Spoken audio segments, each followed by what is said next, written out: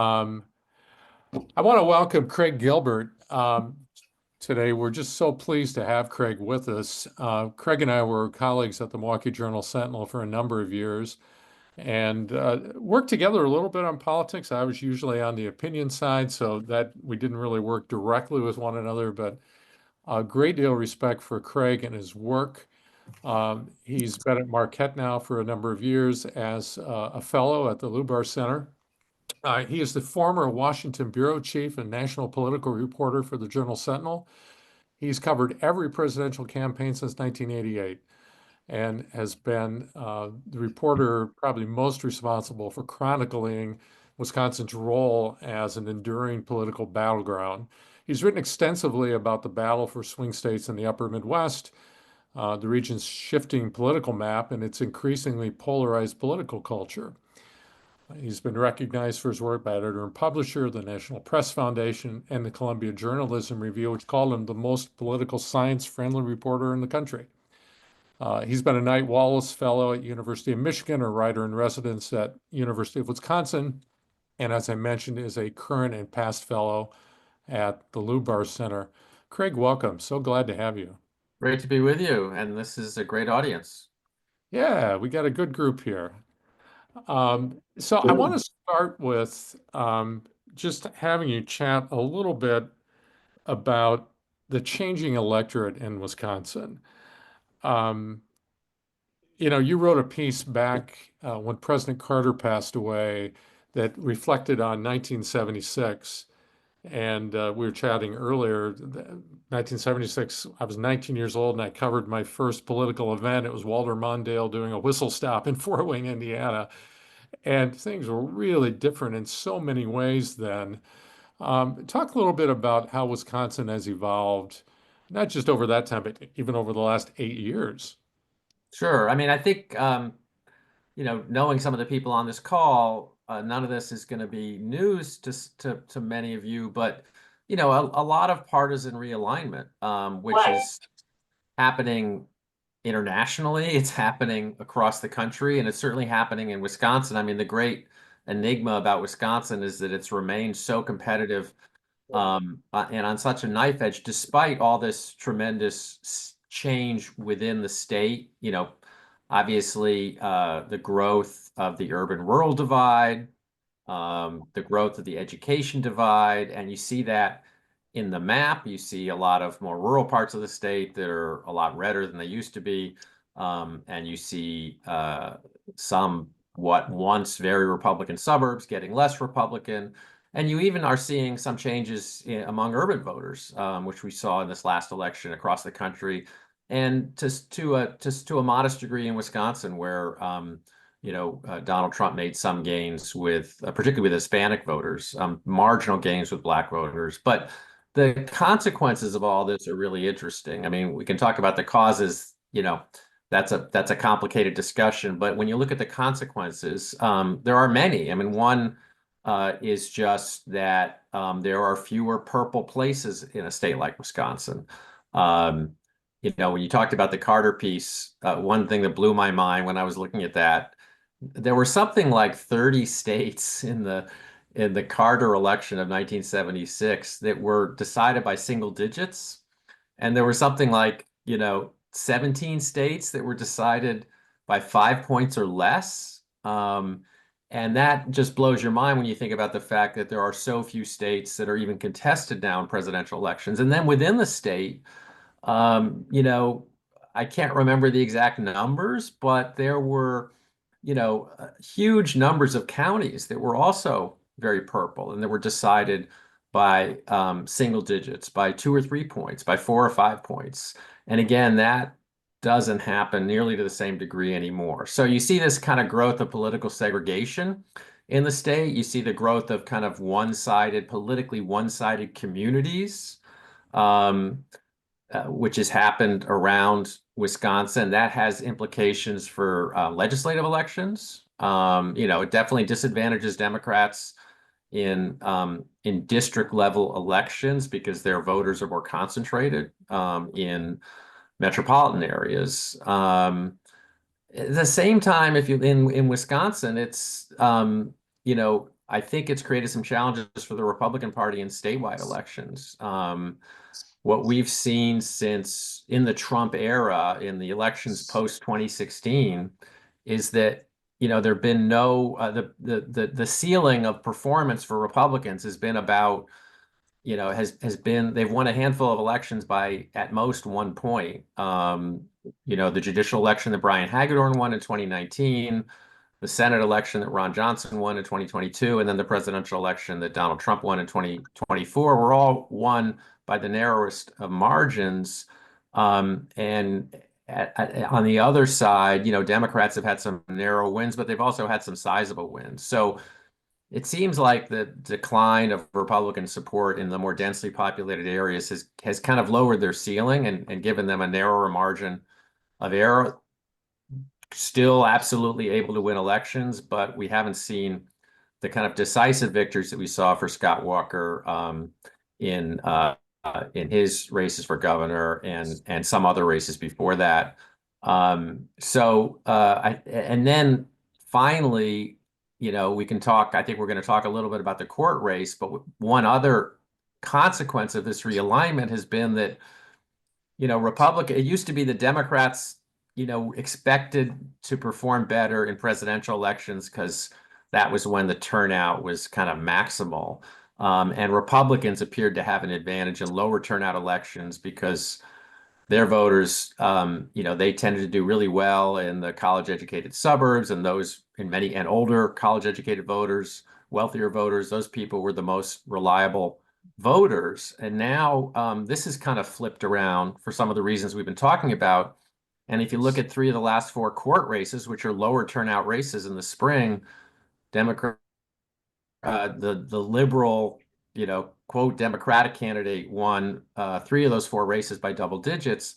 And this is what's going to be interesting about this new court race is whether Republicans can equalize the playing field in a lower turnout election and just how high that turnout's going to be. But I'll stop there for now. Yeah, just a reminder to everyone, please mute if you're not speaking. That would be helpful. So Craig, Charles Franklin compiled some data recently that showed that over the past decade, party ID had shifted in Wisconsin from about a 6-point Democratic advantage to a 3 or 4-point Republican advantage. And so that's that's change that's happened fairly quickly. That sounds like pretty good news longer term for Republicans. How do you read that data?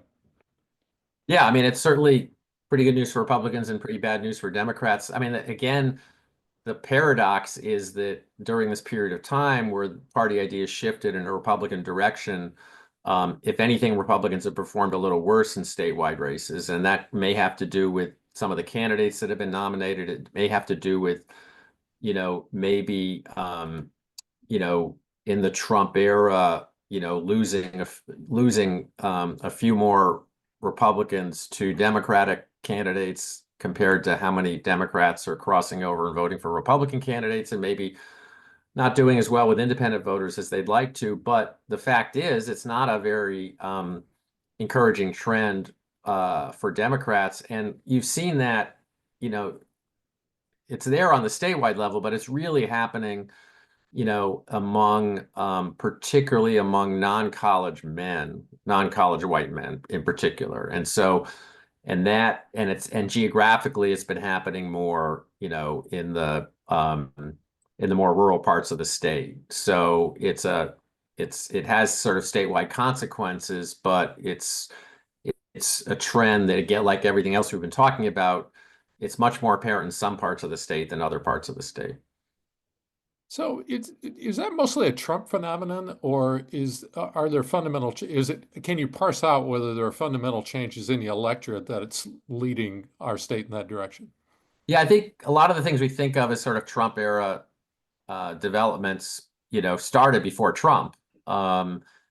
He didn't, he stepped into a political moment that was already underway. I mentioned that, when we think about things like the urban-rural divide, I mean, it's a global phenomenon, or at least it's a phenomenon that you see in Western Europe, as well as the US. I was just in Germany before the German elections, and there are some interesting parallels and echoes there in terms of the vote and in terms of the political map and in terms of some of these trends of developments, patterns, and trends in the U.S. and not just Germany either. So yeah, I think some of this stuff started certainly with the Walker elections. If you think about the rural shift away from Democrats and toward Republicans, that absolutely happened, starting in 2010 election, and we saw it in the recall election. The three Mhm. elections that Scott Walker won, that was absolutely an ingredient, and one reason why he was able to win fairly decisively. I mean, 5, 6, 7 points. That's a decisive victory in Wisconsin. Was that he he married the gains in the rural areas with continued strength in the suburban areas. And so, the one election he lost in 2018 was where you saw the suburban decline really kind of show up at the gubernatorial level, and that pretty much cost him the election against that election against Tony Evers in 2018. So yeah, some of this stuff, again, absolutely began before Donald Trump. And then when you think again, if you really think broadly about, I've looked at, the urban-rural divide in Wisconsin. I mean, it's been growing for decades. It's not just,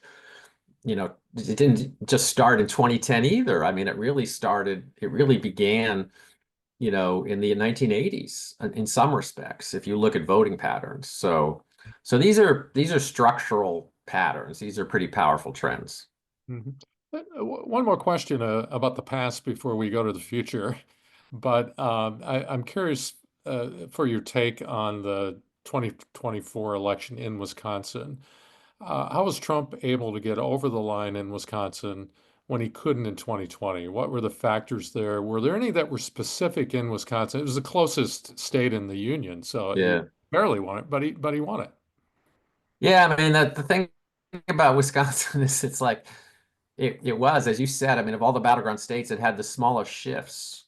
Um, and the shifts were small. I mean, again, the differences between 2020 and 2024 were really, really marginal. I mean, he continued, one question in my mind going into that election was can he continue to, make additional inroads in rural Wisconsin, and he did. I mean, they weren't on the level of what happened in 2016, but just the fact that, after making all the gains he did in 2016, the fact that he could continue, there was still more room for him to grow in 2024 was pretty striking. And that was very important to the outcome of the election. He didn't have in 2020 the suburban slippage cost him Wisconsin, but that didn't happen in 2024 because that phenomenon kind of slowed down, and his suburban losses were much more modest in 2024 than they were in 2020. So kind of same trends, but again, just not a lot of change, and obviously the ground shifted nationally. Between 2020 and 2024. I mean, you could argue that it was, an accomplishment of Democrats in Wisconsin to keep it as close as it was, considering the fact that you had a Democratic president with just awful approval ratings. And that's, Ben Wickler has made on that argument, actually. what's that? Ben Wickler has made that argument, actually. Well, I mean, he was undeniably, that a weight on the party, and so it was absolutely a change election. But I think we're also living in an era where these changes tend to be modest partly because of how polarized people are. When I see Bill McCoshen on the call, when Bill started in politics, and when I was kind of, starting to cover Wisconsin politics, I mean, you could see shifts in the electorate, not only from election to election, but you could see them within an election when something would happen There might be like some really negative publicity for one of the candidates or a scandal or a really negative story. You could see it move voters in the polls in a way that just doesn't happen today because there's not as much play in the electorate and people are much more dug in and polarized, and elections are more nationalized too. So that's one more reason why even in races for governor or senate or even for the court, there's less play in the electorate. We're getting a few questions in the chat, so keep putting them in there as they come up or raise your hand. But I want to move to the state Supreme Court race, which is getting a ton of attention. It will become, I think already is, the most expensive state Supreme Court race in the country ever. Maybe 80 million, maybe more being spent. What's happening here, Craig? Why is this attracting so much national attention from both parties? So again, I think there's some long-term things going on and some more immediate things going on. I mean, long-term, we've been through the trajectory where Supreme Court races have gotten more partisan, and for all sorts of reasons. But among them is that the courts have gotten, willingly or unwillingly, have gotten more involved in settling political fights between the parties. And so the political consequences of who controls the court are not only more apparent to the parties, but they're more apparent to voters. So the way the parties approach these races has changed. They're much more openly and explicitly involved. The way voters approach them has changed. If you look at we talked about the political map. It used to be that in some respects, the election map for a court race didn't look very much like the election map for a race for governor, for a fall partisan race, because people didn't see the races through that partisan. I mean, Milwaukee County was a great example. It used to be a place where the conservative candidate would do much better, often do much better, and could do much better in Milwaukee County in a Supreme Court race than in a fall partisan race. Because it was a different turnout, because certain issues, for example, like crime, might be more resonant in a court race. But increasingly, people are being more partisan in the way they approach these races, and you can see it again. You can see it in the map that it correlates way more with the partisan election map than it used to. And by map, I mean when you map the voting results and you look at how people are voting in different parts of the state. So that's all happened. Again, I mentioned how elections have been more nationalized. So we saw in, we saw in 20. I mean, the first great polarized court race in my time was 2011 in the middle of Act 10, where it was the polarization over the governor and over Act 10 and over state politics that polarized that court race. And you ended up with a 50-50 court race and a big spike in turnout. And more recently, we've seen the races play out on more partisan terms and also get a little more nationalized. I mean, the 2023 race, most people think, was heavily shaped by the issue of abortion, which, was a consequence of the U.S. Supreme Court's decision in Dobbs. And then again, one effect of that was to boost turnout in that Wisconsin race and kind of nationalize that race in some ways around that issue. And now, at this very unusual moment and very fraught and dramatic moment in national politics early in the Trump presidency, with how polarized people are over what's happening in Washington and over what the president is saying and doing, and then the involvement on top of that of Elon Musk. And, it's created a situation where both sides are, it's not that the television advertising and all the messaging is about Trump and Musk or about national issues. A lot of it is still about crime and abortion, and a lot of it is the candidates attacking each other's, records on cases and rulings on cases. But, these races are more turnout wars in a lower turnout race, and to the extent that both sides are trying to maximize their turnout, they're doing that by making national appeals. And the Democrats are telling their voters, don't let Elon Musk buy the election, and the Republicans are telling their voters, help Donald Trump, vote for Donald Trump's agenda. And this is pretty remarkable again, in a court in a nonpartisan spring election for a judge. It's just, and then of course Wisconsin is Wisconsin.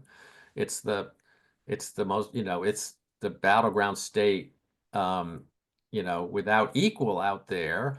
And it's also the only it's the only election. It's the only thing going on in terms of a real election in an important state in the first, in the first half of 2025. So all those ingredients are in play here. So what are a couple of factors that would argue in Schimmel's favor politically, and what are a couple that might argue in favor of Crawford's politically in this race? So I think in Schimmel's case, I think most people would say he's a stronger candidate than Dan Kelly was, who lost, pretty badly twice in these court races. So you've got a better candidate in the sense that he's won state elections. He's got political and candidate experience. And also you have a more level playing field money-wise, where, I don't know if the money's exactly equal, but there's a lot of money, there's so much money being spent on both sides, so much advertising, so much mobilizing and turnout organizing going on that I think creates a more level playing field. So, one of the things that, one of the recipes for a one-sided race is that one side is motivated and the other side isn't, or one side is spending money and the other side isn't, or one side has a decent candidate and the other side doesn't. And again, it's a more level playing field in those ways. If you, again, compared to the last couple of races that were a little bit more lopsided. And you've got this, kind of big question hanging out there about the money and the organizing that's being done on the Republican side, and what the ceiling is there for the ability to drive up turnout. I mentioned that, how the two parties have kind of realigned. And so it's again, it feels like, all things being equal, that these lower turnout court elections are now more favorable for Democratic turnout than Republican turnout, because of the nature of who's aligned with both parties, the kinds of voters that are lining up on the Democratic side and the Republican side. So the question is whether the spending and the organizing that Turning Point is doing and Musk is doing on the conservative side can create an electorate that is a little bit more in the direction of a midterm or a fall electorate, and create a more favorable electorate for Republicans or not. And that's a big open question, and it's going to be really interesting to see how that plays out. And on the Democratic side or the liberal side, again, you've got recent history. You've got both the fact that Democrats have a better track record in recent years of winning these low turnout elections. And also, politics 101 is, it's usually the more aggrieved party that is more mobilized. And, Democrats are out of power, which could result in, Democrats being, divided and just demoralized, but it could also result in Democrats being very motivated and very energized, especially with everything they hate that's happening in Washington. That ought to be mobilizing and energizing for Democratic voters. So I think, that's what on paper Democrats have going for them in this election. I want to go to a question from one of our members, Alan. Craig, you touched on polarization. Alan's question is, would you say that polarization and tribalism is quote unquote organic, or is it artificial? Meaning, has this happened due to uncontrollable societal factors, or has it been manipulated using data and social media tools? to reduce the variability in elections and, more importantly, to distract voters from the real bread and butter issues. What's your view, Craig, on polarization? That's a great question, and it's really hard to know the answer to that question. And obviously, polarization is partly just a byproduct of the fact that the two parties have kind of sorted themselves philosophically, into a right party and a left party, which again wasn't the case if you go back in time in the Carter era, where, and you go back far enough, you had more of a spectrum within each party, more of a right-left spectrum within each party. It used to be you could find people in Congress, you could find Republicans in Congress who were to the left of some Democrats in Congress, and that stopped being true about 20 years ago. So, so that's again a thing that's happened over time. I can't measure it, but I have no doubt that, our information culture plays a significant role in this. I mean, if you just think about what it means to have such a fragmented media universe, what it means for people to have the ability to kind of select their information sources, and listen to the ones they want to and tune out the ones they don't want to, and to have it so fragmented that seems like a recipe for the kind of polarization that we're talking about. So there's no doubt in my mind that that's a big factor. I mean, I don't know how you quantify it, but certainly that's part of it. And so, it's easy to see why the incentives are for conflict and division and not for, sort of compromise and collaboration.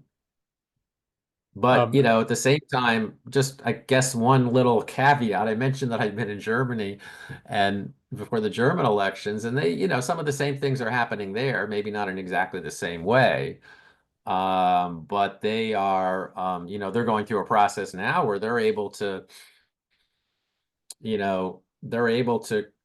have a very different political system, and it requires them to find coalitions to govern, but they're able to do that, to bring, parties across the right left divide, and, dealing with some of the same circumstances and some of the same changes, and they're able to sort of come together, certainly to a greater degree than we are, across philosophical lines to govern. Alan's follow-up is, whatever the cause of the polarization, what are some things that can be done to alleviate it?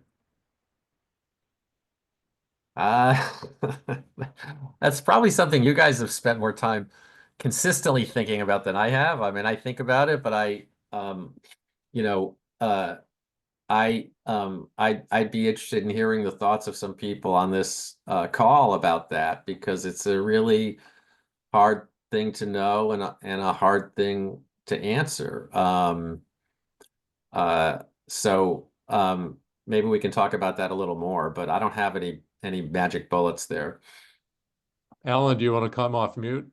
Yeah, just to clarify, so my question, I pose this question a lot, but if it's organic, if it's like the breakdown of rural versus urban, if it's the breakdown of the nuclear family, if it's the fact that people have to work more and they're not paying attention, then we focus on fixing those issues, rural investment, or we focus on that. But if it's manipulated, and if it is about a media environment and a data environment where it's being done on purpose, then we got to focus on that. And some of those fixes are completely different than a Rural Reinvestment Act. It would be more of like a social media transparency act, and it would be more of a truth in media, or limiting political spending, or making it clear that this is political spending versus this is educational spending, if you know what I mean. So depending on which one is polarizing this country and basically tearing the fabric apart, we got to figure out which one it is so that we can focus exclusively on how to resolve that problem, because it is a problem. Thanks, Alan. We've also got a question from Alex. Craig, do we have insight into voters value and values and concerns and priorities, and into how the two major parties are either speaking to or not speaking to these values? Yeah, I mean that's a pretty broad question, and I'm not entirely sure what the thrust of the question is. Uh, but I do think getting back to this question of is it organic and is it kind of top down or bottom up, and I do think it is both. I'm not sure how helpful that answer is, but it's both, and I think it matters both. I mean, structures matter, and but I also think leadership matters. And clearly there are reasons. There are kind of probably some organic reasons why we've seen the kind of realignment we've seen in politics, and we've seen the kind of polarization, and why it feels so tribal. But I also think that leadership does matter, and it obviously matters. How polarizing the political leadership is on both sides, and what their how much goodwill you have with when it comes to political leadership, and whether leaders are trying to divide people or trying to bring people together absolutely does matter. And so that's part of the equation as well. But in terms of the second question, maybe whoever asked it can just elaborate a little, because I'm a little fuzzy on what we mean by values. Yeah, Alex, you want to come off mute? Oh, yes. So we were talking about a lot of the who's and when's of these shifts in who's voting for whom and the turnout. And I was wondering if we also were diving into what motivates people to vote for a particular party, why people care about who's in charge at all, the problems they face, and who they expect to solve them, and then how the parties are appealing to those voter priorities to win their votes. Yeah, I mean, there's when we talk about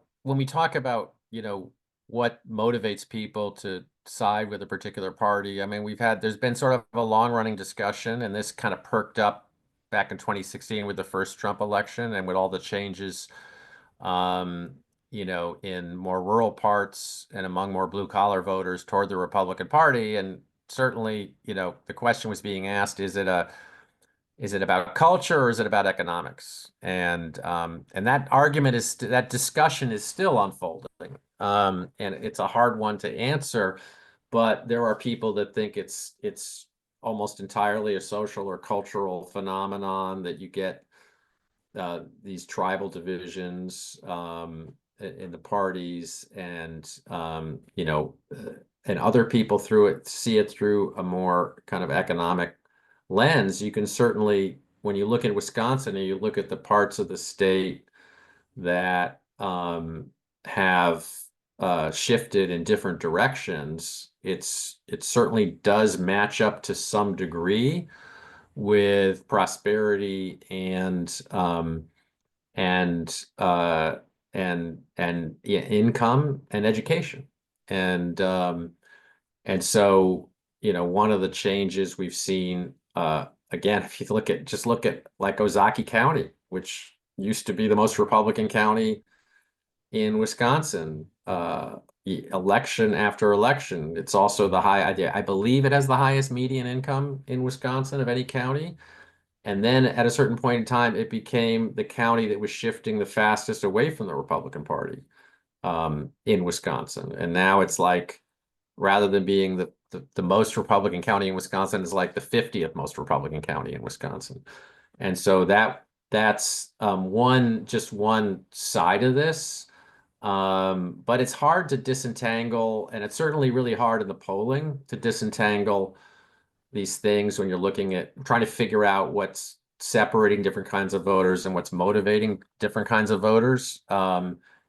Education like pops out more than income, and seems to be a better kind of predictor of these differences than income. And but I think you also have to look at what's happening in different parts of the state and the economic base of these counties that are shifting in different directions as well. Kathy, you have a question. You want to come off mute and talk about it? You're asking about a recent phenomenon you've noticed of judicial candidates promising to support or promote certain legal actions.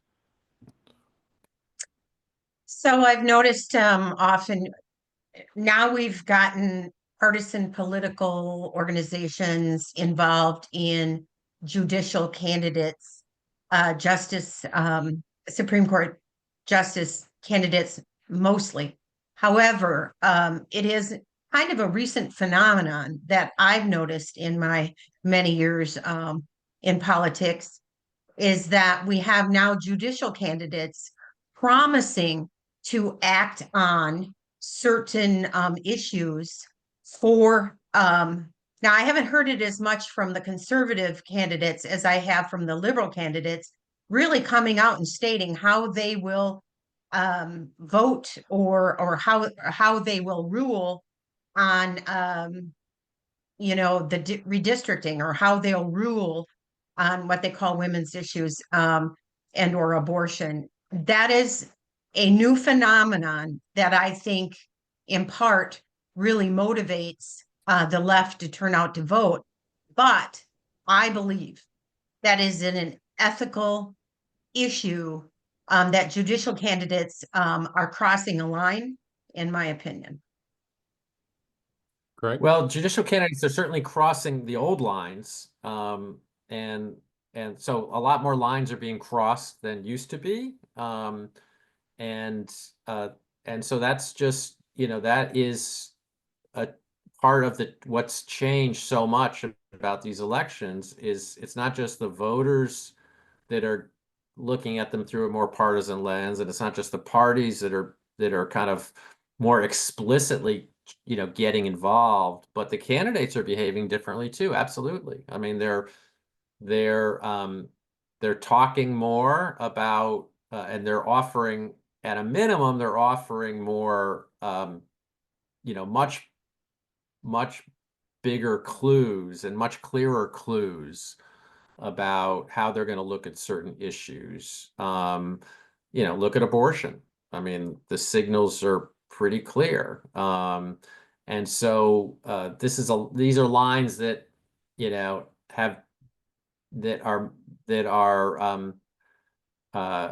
a lot. They used to be bright lines, and they used to be lines that I think candidates avoided. And now it's a different thing. But I think it's also fair to say that this is probably a consequence of the degree to which the courts are playing a role in settling political fights and political disputes. And the other thing that goes along with this, and again, not to defend the way these campaigns are conducted, because they're clearly not, in a perfect world, this is not how you would want to choose your judges. But at the same time, it's also, a lot more people are participating in this election than would have participated under a judicial election under the old rules. And again, not to justify any of this, but we're going to have probably well over 40% of voting age adults voting in this election, because it's a more political election, because it's a more partisan election, and because all this insane amount of money is being spent, and because the candidates are telling the voters pretty clearly which side they're on, and the parties are telling the voters which side they're on. And that's the reason why you're going to get massive turnout for a court race in this election. I don't know what the answer is, and I don't know what the right way to select judges are, but we've definitely crossed the line, and we're well past the point where there was any doubt about whether these are effectively partisan elections or not. Well, since you're from media, I just want to point out that I think it's incumbent upon the media to really educate the electorate on the importance of choosing a judge or a justice according to them enforcing the rule of law, that they don't create the laws in the judiciary. They are to only interpret what the law is or what the Constitution is. And I think the media has fallen down by allowing that, just accepting it. And I don't accept that. I wrote an editorial for a judicial candidate in Chippewa County saying, I feel good about standing before this judge, that he would judge according to my case and not his own opinion. And that was many years ago. And I feel the same way now. And I think our media is falling down and pointing out to us voters that that is what we should look for, and not that they're going to be an activist judge creating law from the bench. Thanks, Kathy. Sure. Shifting gears just a little bit, Doug Savage, you want to come off? You have a question about organized labor and the shifting role that it's playing.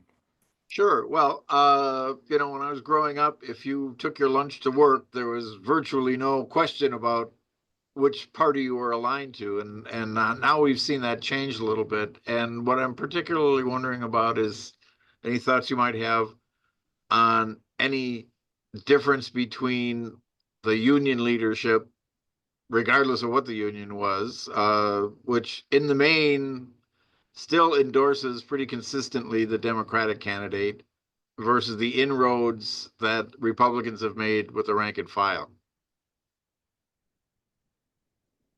Yeah, I mean, that's certainly is really just declining. I mean, the decline in union membership, and as a result, the decline in the power that unions have exercised in these elections. And as you point out, that was traditionally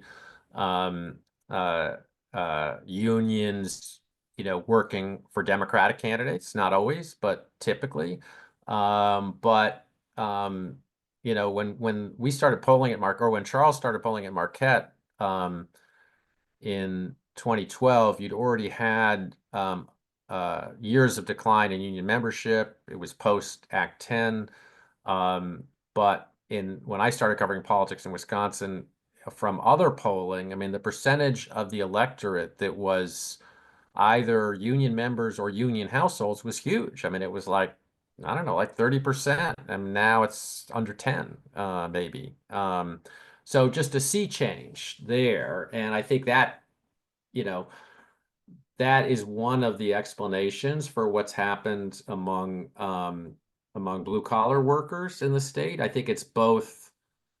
I think it's a whole bunch of things. But part of this, it is blue collar workers moving away from the Democratic Party, but it's also among the factors is sort of the decline in.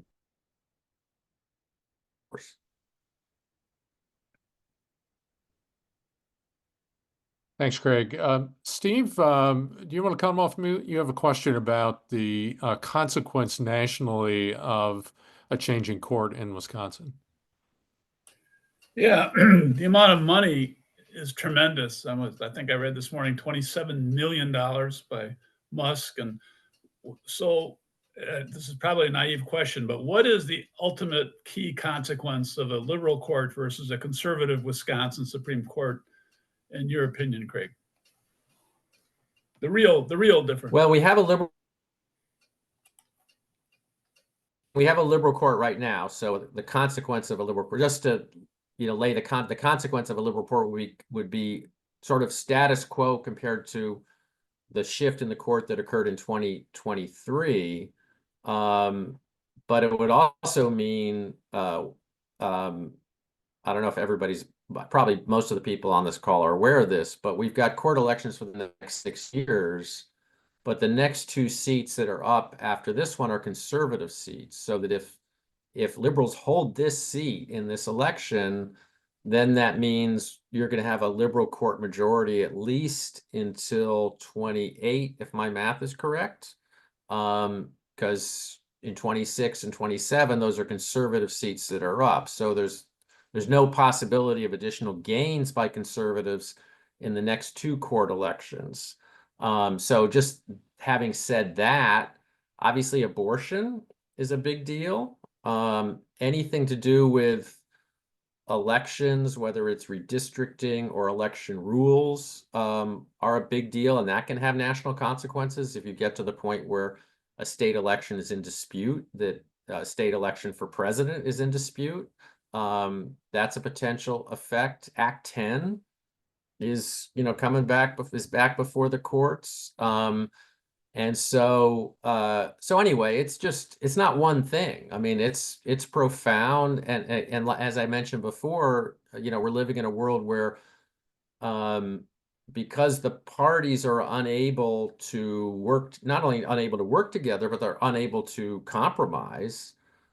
That means it's the courts that are often settling disputes that have political implications, and sometimes settling elections. So it's a lot of things. It's not one thing. But we saw with the change in the court, I mean, one profound consequence it had was redistricting. I mean, we got a very different legislative map, which resulted in a much smaller Republican majorities in the legislature and could lead to the loss of Republican control on paper in one or both chambers in the next election cycle, depending on how that election cycle goes. In other words, it would not have been in the realm of possibility under the old maps, but it's in the realm of possibility under the new maps. And that's a pretty huge consequence right there. Let's go to George Stanley next. George, welcome. Good to see you.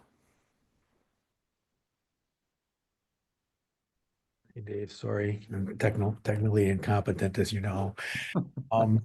So, Craig, I was wondering about this new issue that we've never heard of before that's rising up, which is the judicial branch, all the way up to the Supreme Court, doesn't have a means of enforcing its decisions. Do you see what could come out of that? I don't. I mean, there's been a lot of discussion of that. We live in a under a system where it's the courts that decide what the law is. Fingers crossed, you don't want to see a constitutional crisis involving defiance of the courts. Whether that's where we're headed or not, I'm not sure. But obviously the courts, rely on, just like a lot of other things in our system, rely people's sort of acceptance of what the rules of the road are in order to make the system work.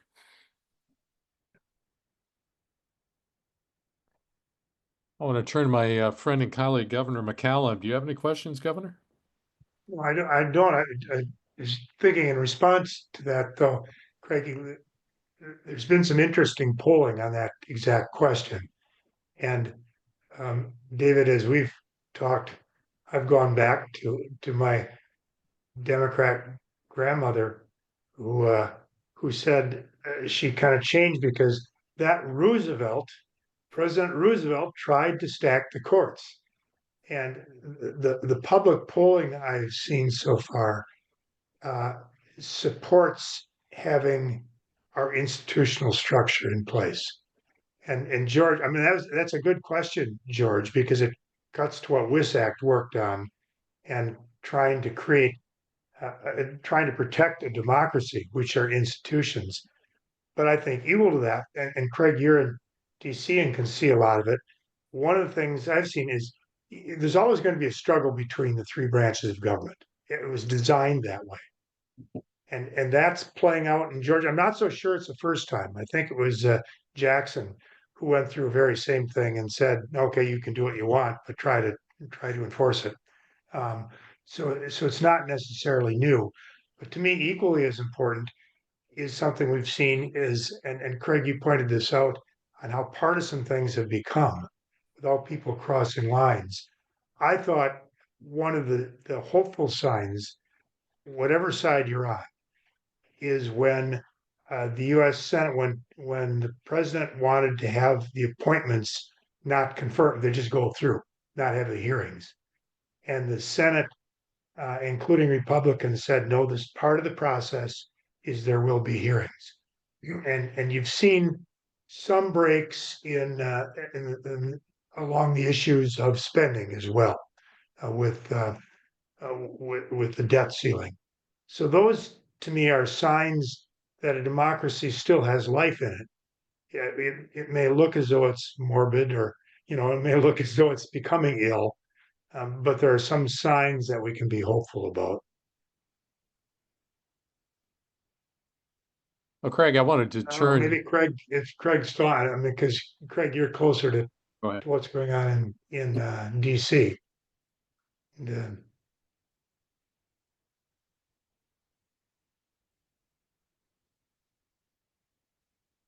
did we lose Craig? I wonder if we lost Craig. Let me see. David, he was the same way as a reporter for me.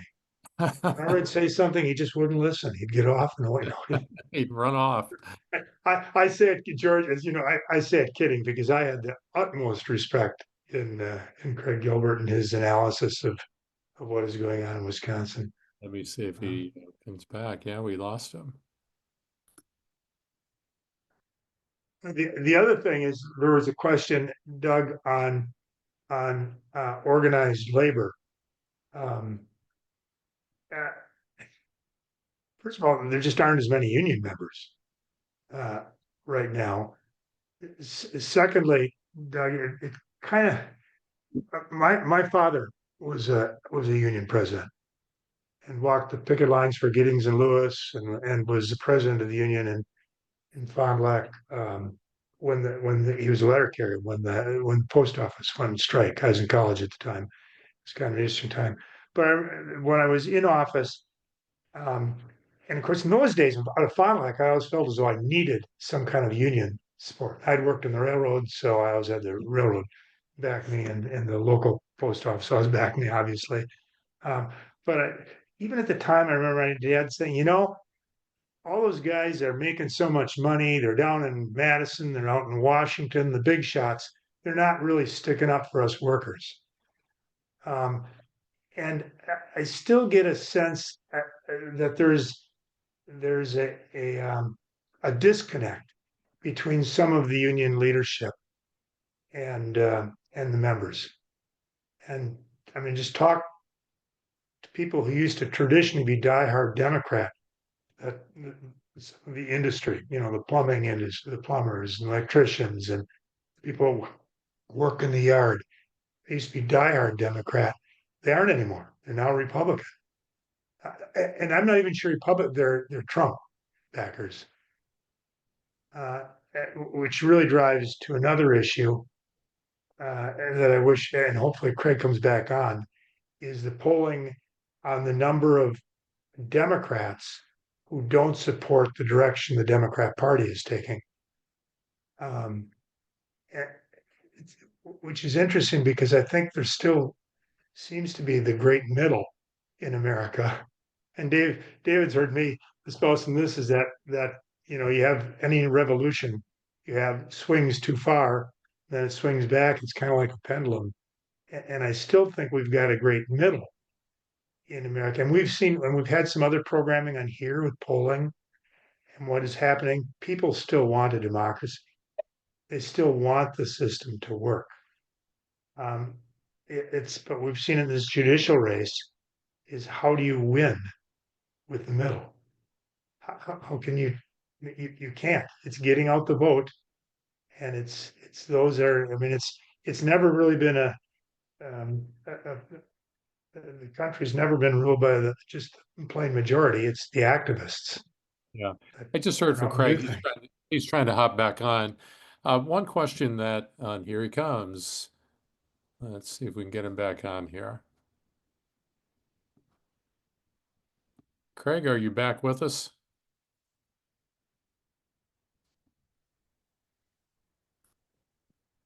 Can you hear me? I can. There. Yeah. you didn't hear they called on me to kind of tease you a little bit about leaving when I spoke. I knew I could count on Governor McCallum to fill some time for us. Sorry. David, it reminded me story, Craig, when Reagan was coming into Fond du Lac and he was running late and late and late, and I was the MC. And just I ran out of all the jokes I knew and just trying to keep this thing going for an hour with the crowd. I've heard all your jokes. So Both of them. Craig, one thing I wanted to turn to before we let you go, and thank you for your time today, is the changing media environment, something near and dear to my heart, and I think George Stanley's heart too.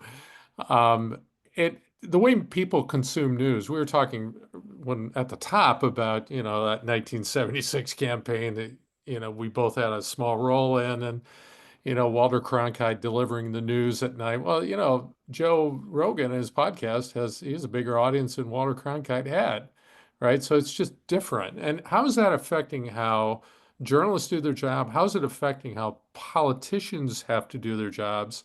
And what's the impact on democracy is sort of a bigger question. Well, I mean, obviously it means there's, we're not all, drinking water from the same fountain. I mean, people are getting different versions of reality. They are not operating from a common set of facts. And there are people that are, that are reserve all their skepticism for what from sources they regard as speaking for the other side, and have no skepticism for the sources that they're hearing from their own side. And so those are not healthy things. I don't know. I'm not quite sure what the answer is, but and it, on paper, it's probably a healthy thing in some ways that there are so many different sources of information that people can get their news from, and that there aren't, a handful of gatekeepers that are deciding what everybody sees and hears and knows.